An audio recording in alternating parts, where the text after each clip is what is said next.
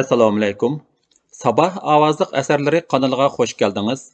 Kanalimizda Qaynam o'rkishi, Chala tekkan o'q, Manas daryosidan qaytish, Anjamboy, Sarson ruh, Qanliq iz, Qanliq idir, Turma xotirlari mahbus ruhlar, tarixiy tazkira asar Idiqut o'g'lonlari Mo'yitilar jamoati, Sabit Damullamning qisqacha tarjimali, Xo'janiyaz hojining ish faoliyatlari qatorliq asarlar bor. Əsərlərimizni yaqtırıb anglışınızlarını qarşı alımız. Əsərlərimizi yaqtırğan bolsanız dostlarınızğa və başqa toplarga tavsiyə qılıb qoyun. Rəhmət. Əmdi anlaydıqınızlar Tarixi təzkirə əsər İdiqut oğlanları Mo'yitilar jamoati. Avtori Ömərcan Sidiq. Musul Mo'yiti. Musul Mo'yiti təxminən 1870 yillar ətrafında Ostanada tug'ilgan. Muhit hojining tunji o'g'li kichkidan boshlab otasining egriligini taraqqiy qildirib, savdo tijorat ishlariga varislik qilgan. Iqtisodiy jihatdan tez yuksalib, Musul boy deb atalib, Turpan rayonidagi dangliq boylardan bo'lib qolgan. Musul boy aslida Murtuq jiralaridan Ostonaga eqib kelgan cho'ng eqindan unumli foydalanib, Singim eg'izining janub tarafidagi eqin ustiga suv tugumni qurib, tijoratini boshlagan bo'lib, asta ro'naq topgandan keyin ayni yillardagi Shinjang savdosidagi kuzur tovar bo'lgan paxta tijorati bilan shug'ullangan. Tianjin, Lanju, Urumchi, Guchung, Cho'chak, G'ulja, Qashqar qatorliq ko'plagan shaharlarga Shamay, Qozon, Leningrad, Moskva, Toshkent qatorliq chet mamlakatlardagi shaharlarga ko'p qitim borgan. Shinjongdagi mashhur boylarning ayni vaqtdagi tashqi savdosi Rossiyani asos qilgan holda Angliya, Amerika qatorliq davlatlar bilan bo'ladigan bo'lib, bu davlatlar Shinjongda boj siliq to'lamay jazonxo'rlik qilib, xom ashyolarni bulab talab, iqtisodiy tajovuzchilik yurgizatdi. Bo'libmi Shinjongning ayni vaqtdagi alohida yerlik mahsuloti bo'lgan paxta, yung teri, uchay, chorva qatorliqlarni arzon bahoda davlatlarga to'shib, xalq turmushiga kerakli bo'lgan raxt, kirsin, saranga, har xil metal asboblar va milich mollarni qimmat bahoda kirgizib sotadi. Shaharlar aro mol yo'tkashga ot-uloq, to'galardan foydalanib, xodik harvalardan transport ataratlari qurilgan bo'lib, bir qism Uyg'ur, qozoq chorvachilar Rossiya bilan Urumchi o'tirsida mol to'shib, xili ko'p foyda oladi. Bu yerda ayni vaqtdagi Shinjongning savdosi haqida qisqacha to'xtalishga to'g'ri keladi. Bu vaqtda Burhan Shahidi apandining Millatlar nashriyoti tarafidan 1986 yil nashr qilingan Shinjongning 50 yili nomli kitobida mundaq bayonlar bor.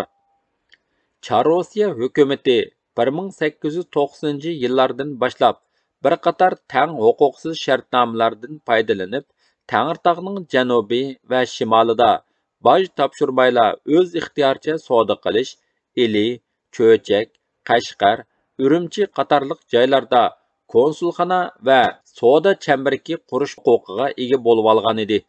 Chambarak ichidagi hamma ishni Chorosiyaning konsulxonalari boshqaradi. Jungo hukumati boshqara olmaydi. Shu zamonlarda Urumchi savdo chambaraki ichiga cho'ngroq firmadan 8 joylashgan edi. Ulardan eng cho'ngi Tatar Husayin, Hasan aka uka ikkalanning Jishangyong firmasi, uningdan qolsa Tatar aka uka Isoqlar ochgan Tianxing firmasi qatorliqlar edi. 1907-yillar o'pchorisida Urumchidagi Chorosiya tavalligidagi savdogarlar 30 oila, 800 odamdan o'shiq bo'lib, ularning yil oxiridagi zapas milining qimmati 300 ming rubliga yetadi.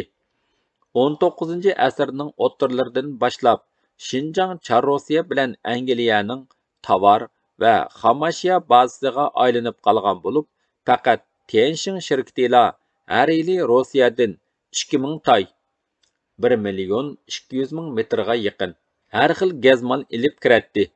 Shinjongdan to'shib ketgan yerlik mahsulotlardan paxtaning o'zila 90 necha ming kilodan oshadi. mushu asrning boshlarida Chorrusiya tavallikidagi savdogarlarning Urumchidan to'shib ketadigan qo'y yungi 500 necha ming rubli, uchay 5600 rublidan ortiq qimmatda edi.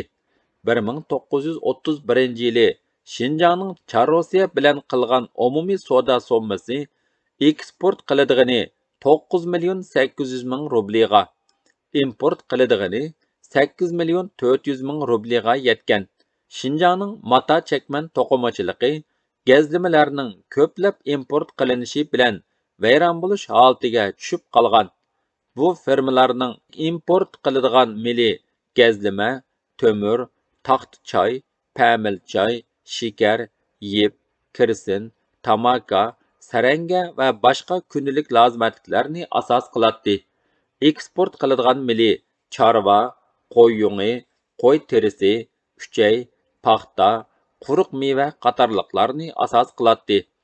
Ular savdo qilishda ishlab chiqaruvchilarga mablag' kerak bo'lganda zakolat berish usulini qo'llanib, import qilingan mol va oz bir qism naqd pulni ishlab chiqaruvchilarga berib, yerlik mahsulotni degan qaralda topshirish to'xtami tuzatdi. Qarali to'shib molni topshira olmasa, necha 10% qo'shib oladi. Hatto necha hassa jarimona qo'yadi.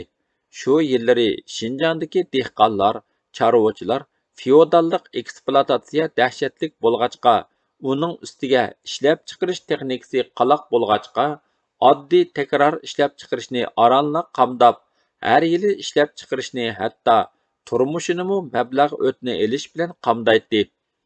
Yerlik jazonxo'rlar bo'lsa, ularga tinim bermaydi. Shunga ular savdo firmalari bilan to'xtam tuzib, zakolat ilib turadi.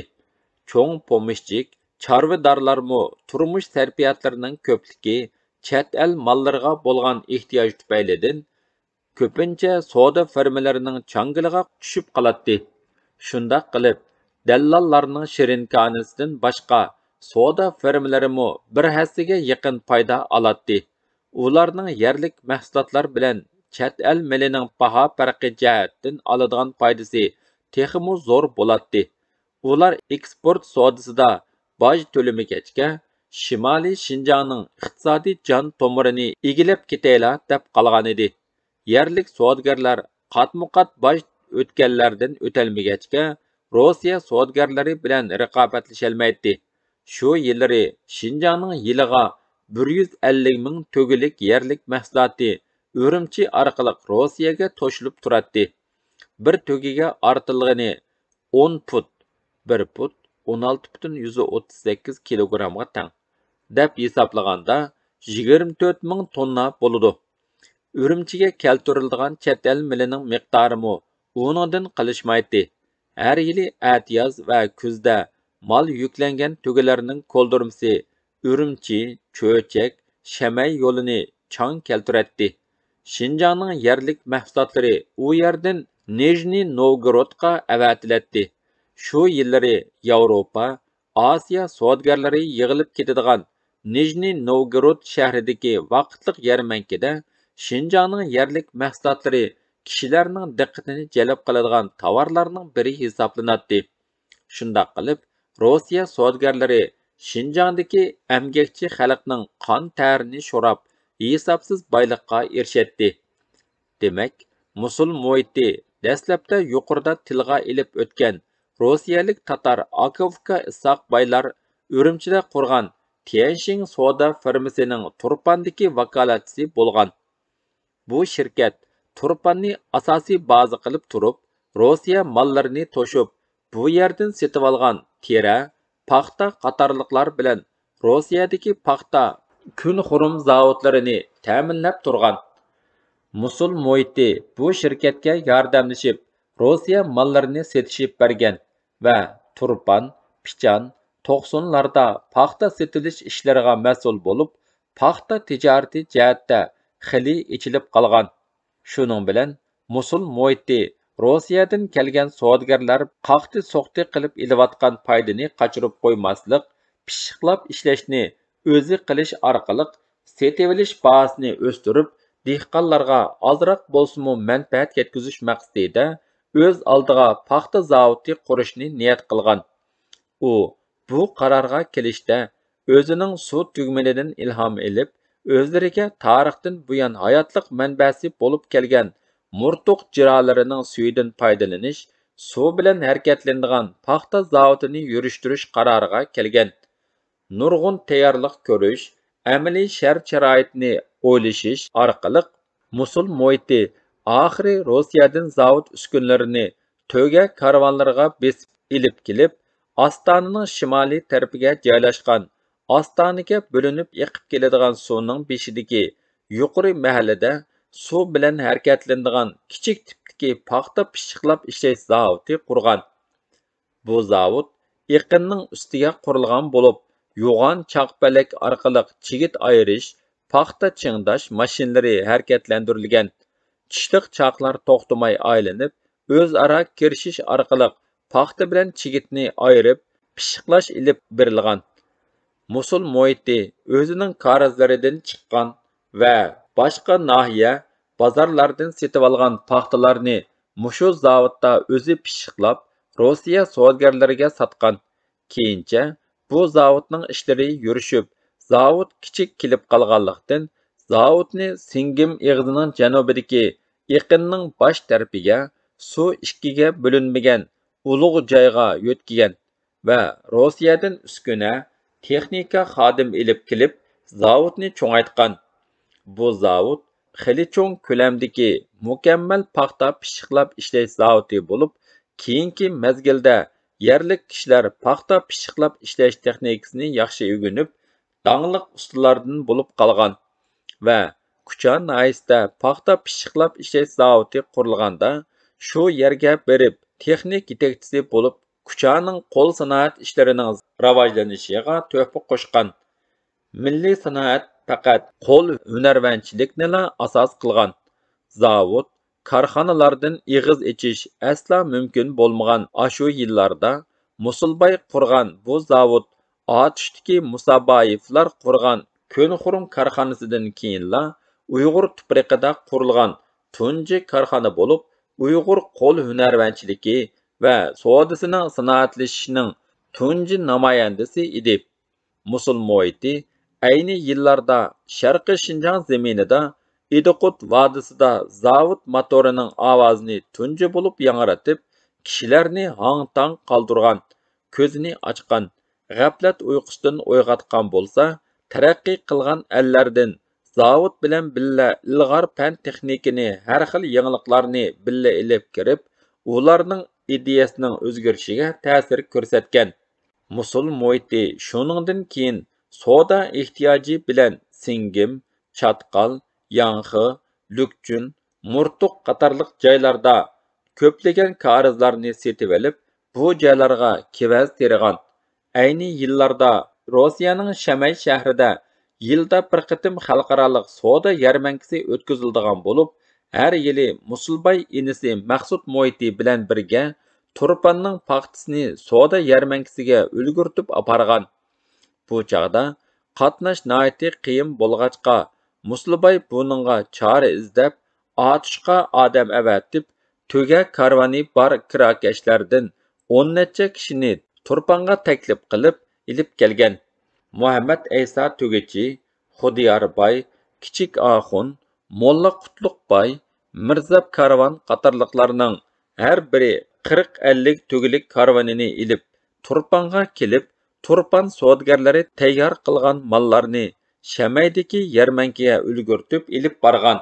Bir qitimda Turpandan 200 ming jing mal yetkazgan. Bu xil alayida mahsulotlarga ko'zi tushgan Toshkentlik Mavlonbay Hojim, O'zbek, Rehimbay, Qozoq, Po'latbay, O'zbek qatorliq savdogarlar Musulbayning karvonlari bilan qo'shilib Turpanga kelib, savdogarchilik qilib turib qolgan. Musulbay tijorati ro'naq topgandan keyin Turpanning ayni vaqtdagi savdo tijorat, madaniyat ishlari markazlashgan Yangishahar bozoridagi mashhur qozixona masjidining keynidan qo'ruv joy setib olgan va bu yerda Idiqut savdo shirkatini qurib, tijorat ishini o'lchamlashtirgan.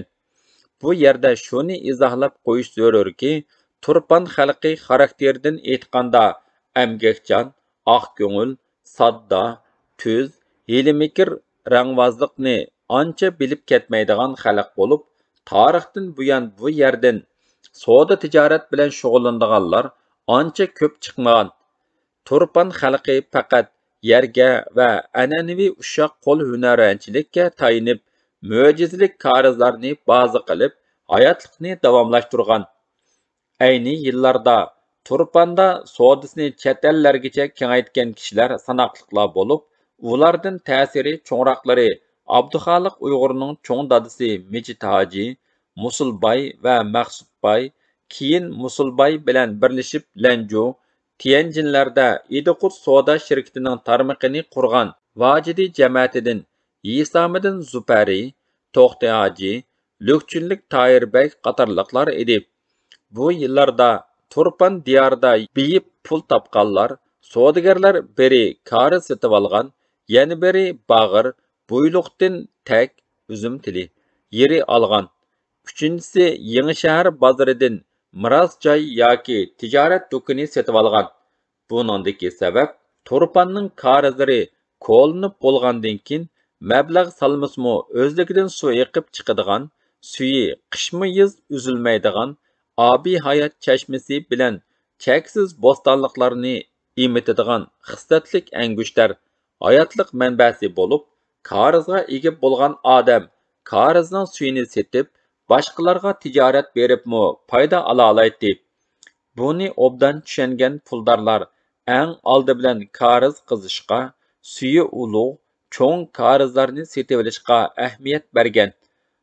Bag'ir, buyluqning taklarining tarixi uzun, yaxshi tabiiy muhitga joylashgan, mahsuloti yuqori bo'lib, yilda bir qatim ichib ko'mib qo'ysala, yil bo'yi ishlamasimi mahsulot beraveradigan alohidlikka egidi.